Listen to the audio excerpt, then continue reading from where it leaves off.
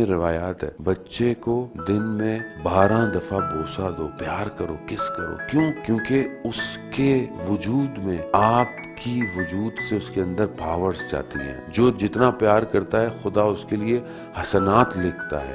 بچے کو اپنے باہوں میں یعنی اپنے بغل میں لگائیں، سینے سے چپکائیں. کیوں؟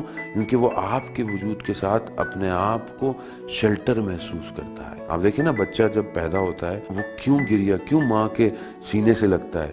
کیونکہ وہ ماں کی دھڑکن سے مانوس ہوتا ہے. اگر آپ اسے دور کر دیں گے تو وہ اسی آواز سے ہمیشہ جب دنیا میں نہیں آیا تھا تو اسی آواز سے آشنا تھا، اس کو کوئی اور آواز نہیں آتی تھی. اسی لیے ضروری ہے کہ جب بھی بچہ گریا کرے، روئے، اول تو بچوں کو گریا کرنا ہوتا ہے کیونکہ میڈیکلی بھی پروف ہے اور روایات بھی کہتی ہیں کہ بچے کا پہلا گریا جو ہے وہ شہادت دیتا ہے، پھر ماں باپ کی مغفرت کے لیے بھی ہے، اور اس کے ذہن کے اندر جو لکوڈ ہوتا ہے اسے بھی ڈائلیوٹ ہو کر نکلنا ہوتا ہے.